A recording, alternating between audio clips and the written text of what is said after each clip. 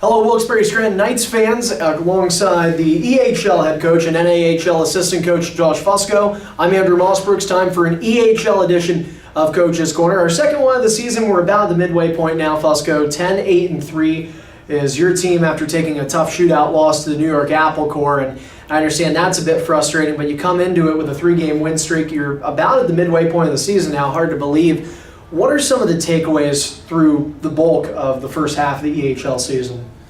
I think the positive play on some of these kids. Obviously, some of the success they're having. Outside of the games, outside of hockey when it comes to college commitments. The NA looks and stuff like that. So I think there's been a lot of positives, and one of the things is the will to kind of advance our game individually, the will to learn. So there's a lot of positives. I think that's the main focus on that is, guys come to work every day.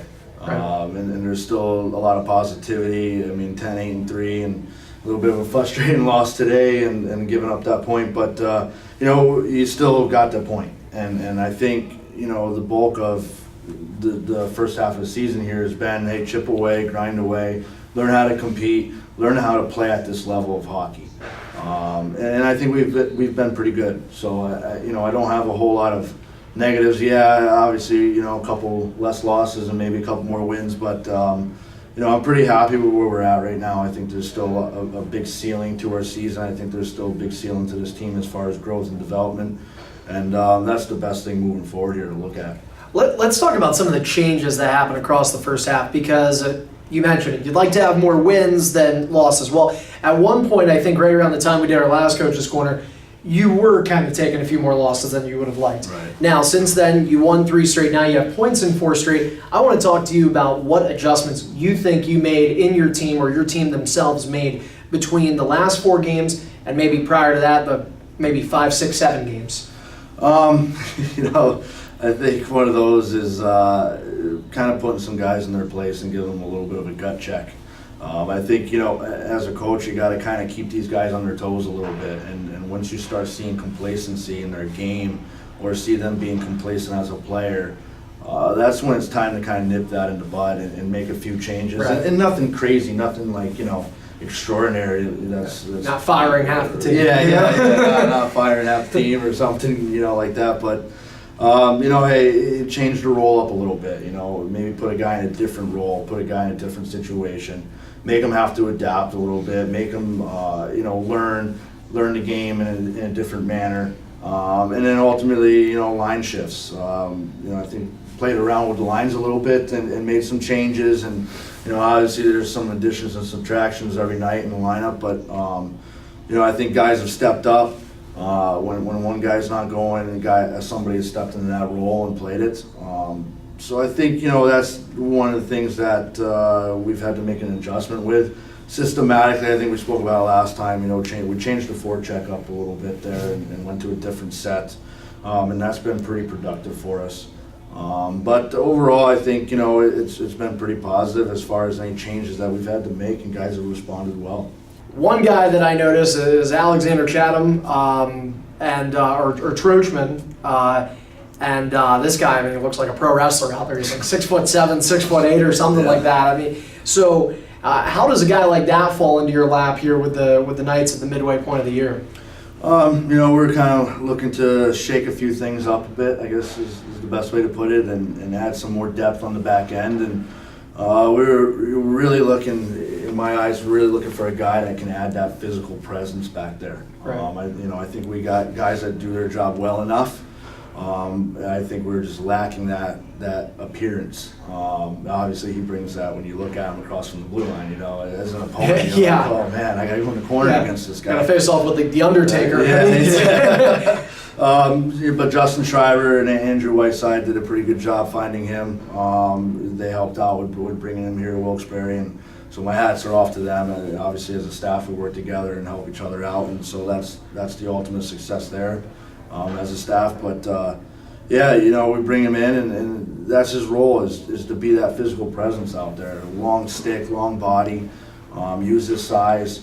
Again, another guy that we're not looking to rush the puck end to end, make the simple first pass out of the zone and stay defensive, and that's what we're looking at of Alex. Let's stay on defense then and go to Matt Passaretti, because you and I haven't had a chance to really talk about this. I know we got some quotes from you for our press release, but Passaretti's committed to SUNY Canton. He's going to join the Kangaroos, NCAA Division III school. You, I know, have a relationship with Vincent Petrangelo, Yep. the assistant coach there, and you guys played college together. Had a chance to talk to Matt. I know he's very excited about this, and I know you were committed with Thomas Walker, who's going to Albertus Magnus next year. What made Matt an attractive option for SUNY Canton? And for you, when did you begin maybe talking to Vinny and saying, hey, I've got a guy you might want to take a look at? Yeah, Vinny, obviously I have a good relationship with him and a close relationship. So, it's one of those things that he always reaches out at the beginning of the year, and hey, do you have any guys I need to take a look at and this and that. And, he mentioned to me what he was looking for. And right off the bat, it clicked in my head, like, I have the guy for you. One big appealing thing for Matt was, and for Ken, was that Matt's, kind of local. Yeah, Rochester. Yeah, Rochester, so he gets that, the SUNY, the financial aid and all that stuff. So, that kind of really drew Matt there. More importantly, the academics, the program. The academic program was exactly what Matt wants, what he wants to do. They have a very good professor and what he wants, and he liked it. And the hats are off to SUNY Canton and Vinny, because Matt went on his visit and they rolled the red carpet out for him, and Matt fell in love, and that's important for these guys. And Matt knew right away, this is gonna be home for 4 years.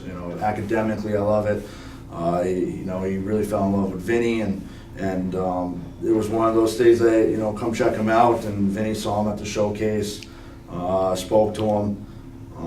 Me and Vinny were obviously in constant contact about him and kind of following up with each other. And then we got him on the visit, and then they came and watched him 1 or 2 more times, and it was kind of like that match made in heaven thing. Yeah. And so it's great for Matt. It's spectacular. It's good for our organization. It's good for SUNY Canton. It's good for the league. It's good for the league. Commitment. Yeah, it's good for the league, and it's going to be a good thing for him, and he's excited. We're excited. Speaking to his parents earlier, and they're really excited and ecstatic for it, and that's when a kid's going to the right spot, and he's not just going somewhere to go somewhere. Right. Yeah, half of my conversation with him off air was about what mechatronics is, because that's the major he's choosing. It's a brand new major. I never heard of it before. But yeah, he's going to be taking that up his freshman year next season. We'll end this Coach's Corner on, I don't know if I want to say it's a bittersweet note. Anthony Starzi is back in the EHL. He was with your team last season. He made the NAHL team out of tryout camp. Played, was kind of in and out of the lineup, and I guess he was a coaching staff decided it was best to bring him back down. He's got 3 goals in 2 games, so he's certainly producing, and you see just how good he is in this level where he's a top line forward. Yep. It's a tough decision for you, but how did it come about? What were some of the determining factors? Because I know for Starzi, he's not exactly getting any younger in terms of junior eligibility. You hit the nail on the head with that. It was ultimately down to a decision of, we have a kid that's been a part of our family, spent his time here last year, had a call up to the Rebels last year, obviously came back to us and finished the year out EHL, and he put the work and the effort in, he did his time, he had the opportunity, but at the end of the day, we're doing right by our players. He's a 98, so obviously this is it for him, and it's where is he going to go, and he's going to play.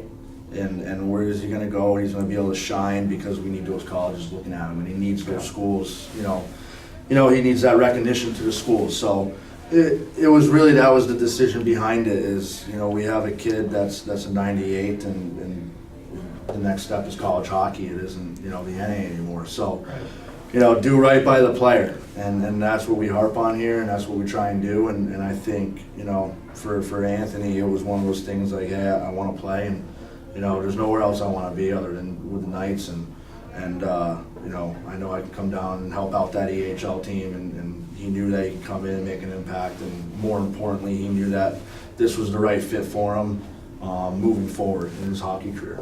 Well, you know what? There's still 2 showcases to go in the season, and obviously a long road ahead. You guys are halfway there, halfway to go, and I think if Starzi does end up sticking with the EHL team, he's going to be a huge contributor to this club. Oh, yeah, absolutely. So, well, a tough loss to the New York Apple Corps, but the Knights do get an opportunity to exact some revenge on Thursday against the Apple Corps before they return home Sunday, December 9th against the New Jersey 87s. It's a very tough team, the 87s, but Knights are going to look to be up to the task. That's it for this edition of Coach's Corner. Don't forget to follow us on social media at WBS Knights, as well as our EHL Twitter at WBS Knights EHL. For now, I'm Andrew Mossbrooks, my guest, the EHL head coach Josh Fusco. Appreciate the time. Thanks, Andrew.